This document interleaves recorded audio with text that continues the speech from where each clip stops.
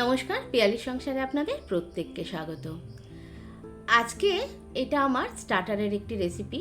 এটি খেতেও যেমন সুস্বাদু আর করাটাও কিন্তু খুব সহজ। তাহলে শুরু করা যাক আজকের রেসিপি, চিকেন টিক্কা কাবাব। আমি এখানে কিছুটা বোনলেস চিকেন নিয়েছি। চিকেনটাকে ভালো করে কেটে নিয়েছি। দেখুন, আমি একটু ছোট করেই কেটেছি, খুব ছোটও নয় আবার একদম বড়ও নয়।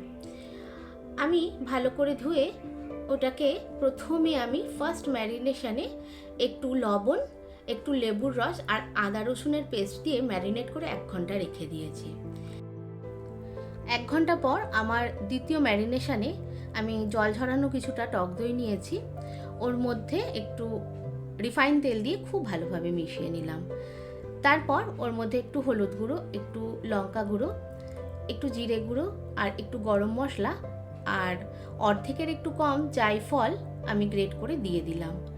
সঙ্গে একটু কাসুরি মেথি দিয়ে খুব ভালোভাবে মিশিয়ে নিলাম।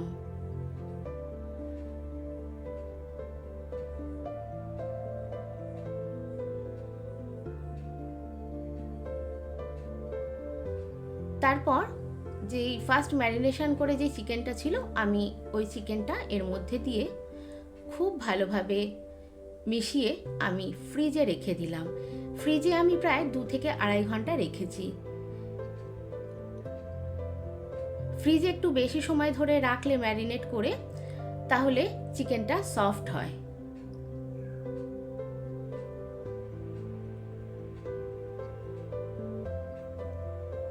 এরপর 2-2.5 ঘন্টা পর আমি একটি ফ্রাইং প্যান বসিয়ে ওর মধ্যে সামান্য একটু তেল দিয়ে আমি চিকেনের পিসগুলোকে দিয়ে দিলাম। প্রথমটা আমি লো টু মিডিয়াম ফ্লেমেই ভাজলাম।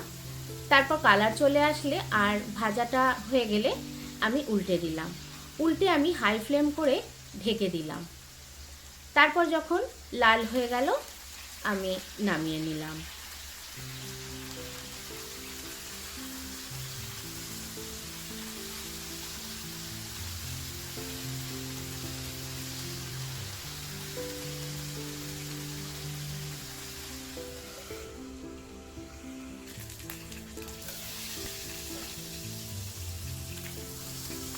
আমার মনে হয়েছে ওই দিকটা, প্রথম দিকটা আর কি ভাজাটা একটু কম হয়েছে, তাই আমি আবার উল্টে দিয়ে হাই ফ্লেমে লাল করে ভেজে তুলে নিলাম।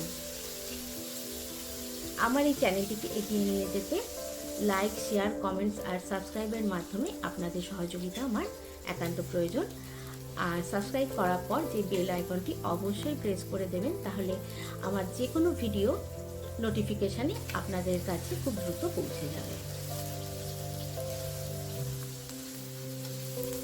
এরপর আমি বাকি চিকেনগুলো একইভাবে ভেজে নিলাম, তবে এবার আর তুললাম না।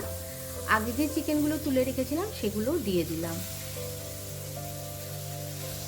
চিকেন টিক্কা কাবাবে স্মোকি ফ্লেভার কিন্তু খুব ভালো লাগে, তাই আমি একটি কাঠ কয়লাকে খুব ভালোভাবে গরম করে নিলাম আর মাঝখানে একটি বাটি বসিয়ে ওর মধ্যে ওটা দিয়ে একটু অয়েল দিয়ে আমি ঢেকে দিলাম।